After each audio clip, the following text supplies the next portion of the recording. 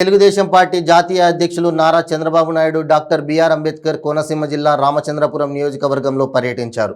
పర్యటనలో భాగంగా అకాల వర్షాల కారణంగా దెబ్బతిన్న పంట పొలాలను పరిశీలించారు. రైతులతో కలిసి మాట్లాడారు. అనంతరం టీడీపీ నాయకులు కార్యకర్తలతో సమావేశం జరిపారు. ఈ సందర్భంగా చంద్రబాబు మాట్లాడుతూ రాష్ట్రంలో రైతులకు ఆదుకునే పరిస్థితి లేదని, కనీసం సీఎం గాని మంత్రులు గాని వచ్చి పరామర్శించే పరిస్థితి లేక రైతులు దిక్కులేని వారయ్యారన్నారు. కౌలు రైతులు ప్రస్తుత పంట నష్టంతో ఆత్మహత్యలు చేసుకునే పరిస్థితి ఏర్పడిందని ఆవేదన వ్యక్తం చేశారు. దీంతో ఆంధ్ర రాష్ట్రం ఆత్మహత్యల్లో ఊహించని స్థానానికి వెళ్తుందన్నారు. రబీకి ప్రభుత్వం క్రాప్ ఇన్సూరెన్స్ కట్టలేదని చంద్రబాబు ఆరోపించారు. తడిచిన ధాన్యం ప్రభుత్వమే కొనాలని, రైతులకు మద్దతు ధర ఇచ్చి తీరాలని డిమాండ్ చేశారు. వైసీపీ రైతు వ్యతిరేక ప్రభుత్వమని, భయపెట్టి రాజ్యాలను ఏలలేరన్నారు. రైతులపై కేసులు పెడితే తాట తీస్తామని హెచ్చరించారు.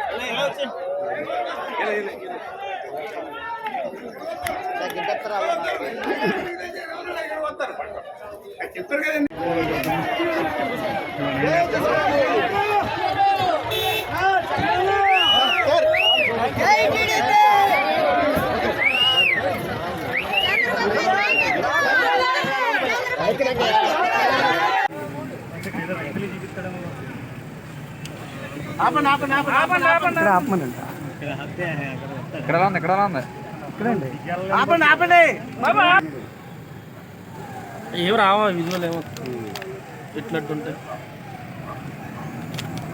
ఓల్డే ఓల్డే ఓల్డే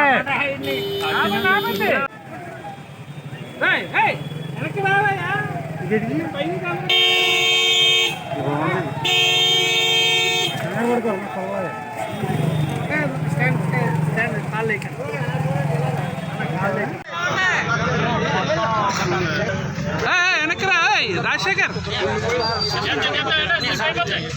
రాజశేఖర్ వెనక్కిరా. అమౌంట్ రావట్లేదండి. రావట్లేదు సార్. సీఎంఆర్ అయితే 15-30 అన్నారండి. సీఎంఆర్ అవ్వట్లేదండి. సీఎంఆర్ కొట్టట్లేదండి. మరి ఆర్థిక అడుగుతుంటే సీఎంఆర్ ఆన్లైన్ అవ్వట్లేదు అన్నారండి. అనుకోండి 1000 రూపాయలు పట్టుకెళ్తారండి. ఆడ బడ్డీ 8 రోజులకి 9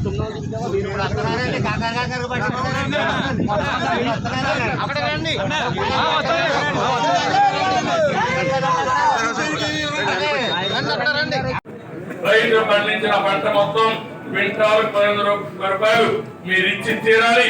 అది మీ బాధ్యత. ఇస్తారా లేదా చెప్పమని మీ అందరి తరఫున డిమాండ్ చేస్తున్నారని కూడా నేను మీకు తెలియజేస్తున్నాను.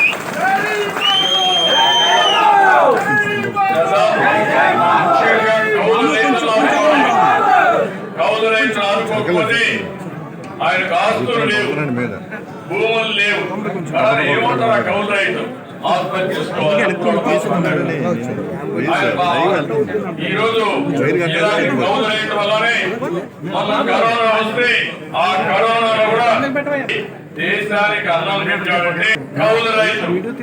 ఈ రోజు అన్నమో రామచంద్ర గారు నా ప్రాణం కాపాడుకోవాలి, నాకు జరిగి రేపు రాబోయే నా అప్పుల వాళ్ళ దగ్గర ఉండే బాధ నుంచి ఏ విధంగా బయటపడాలని ఆలోచిస్తామంటే ప్రభుత్వం బాధ్యత తీసుకోకుండా క్రికెట్లో సమస్య పరిష్కారం చేయి. ఇవన్నీ మీరు గుర్తుపెట్టుకోవాల్సిన అవసరం. అది రైతు ప్రభుత్వం, ఇది రైతుల దగా ప్రభుత్వం, రైతు వ్యతిరేక ప్రభుత్వం. అందుకే నాకు బాధ వస్తుంది, కోపం వస్తుంది, ఆవేశం వస్తుంది, భయం వస్తుందని నేను వచ్చే దారిలో మాత్రం ఎక్కడికక్కడ పరిగెత్తున్నారు. ఏం పరిగెత్తారు? ఉప్పు గంట వేస్తున్నారు. కొట్టాలా లేదు చెప్పండి, నిర్దిష్టమైన పాలసీ చెప్పండి. ఈ రోజు కళ్ళాల్లో ఉండే రైతాంగం వరిధాన్యం తడిచిపోయిన ధాన్యాన్ని ఏం చేస్తారు? మొలకలు వచ్చిన ధాన్యాన్ని ఏం చేస్తారు? ఏదైతే బ్రోకన్ రైస్ అనే పేరుతో మీ ఇష్ట ప్రకారం 100 రూపాయలు జైల్లో పెడతారు.